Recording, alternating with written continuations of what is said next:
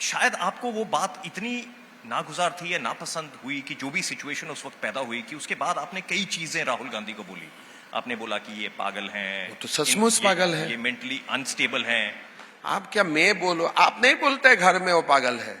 कोई leader of opposition half T shirt पहन के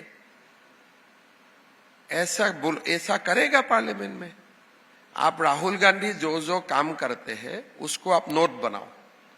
ही wear a half T shirt, he does this, फिर 7 GPT में इसको डाल दो।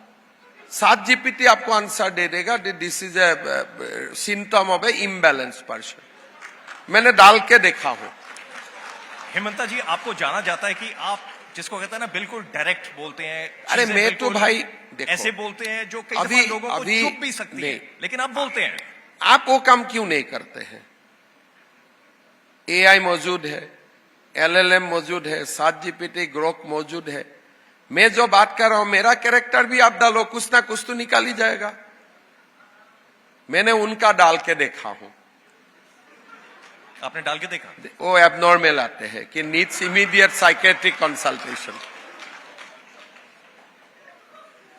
हेमंत एक इतना ठंडी में अगर कोई हाफ टी शर्ट पहन के रहते हैं तो उसका कारण क्या हो सकता है? खैर, इसके ऊपर कई दफा ये कहा जाता है कि उसको आप तो देखो, हमारा उसका आंसर यही है कि you take something which compensate that.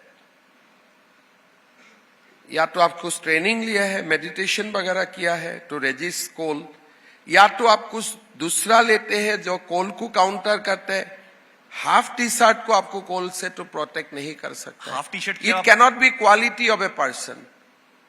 ठंडा आने से हम लोग स्वेटर पहनता हूं, गर्म आने से टी शर्ट पहनता हूं। This is the normal human behaviour.